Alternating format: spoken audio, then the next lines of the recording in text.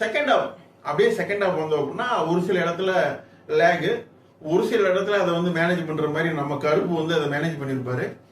First ஹாஃப்லாம் வேற level என்கேஜிங்காகவே இருக்கும். நம்ம டேரக்டா இன்வால்வ் ஆனா எப்படி இருக்கும், அந்த ஃபீல் குட் கொடுக்கும்.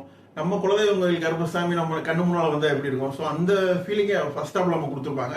செகண்ட் ஹாஃப்லயும் நம்ம வந்து டைரக்டா இன்வால்வ் ஆக முடியுது, ஆனா ஒரு சில லேக்கிங்லாம் இருக்கு.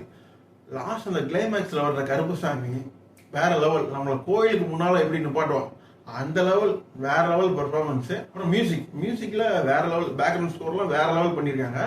பாடல்கள்ல கொஞ்சம் சொதப்பிருக்காரோன்னு எனக்கு தோணுது, ஸ்பெஷலா தோணுது.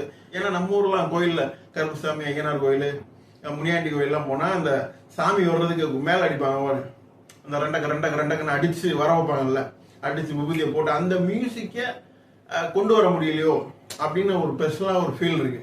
அந்த மேல அந்த தாரத்தை போட்டு அடிச்சு அந்த கருப்பு வந்தா இன்னும் கொஞ்சம் பெட்டரா இருக்குமோன்னு எனக்கு ஒரு ஃபீலிங் இருந்துச்சு.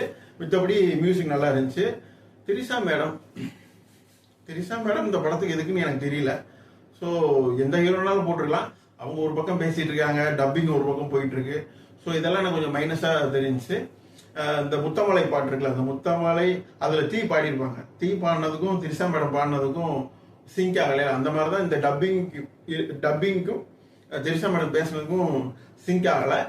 எனக்கு இது ஸ்பெஷலாக தோணுச்சு. மற்றபடி கூஸ் பம்ப்ஸ் தான்.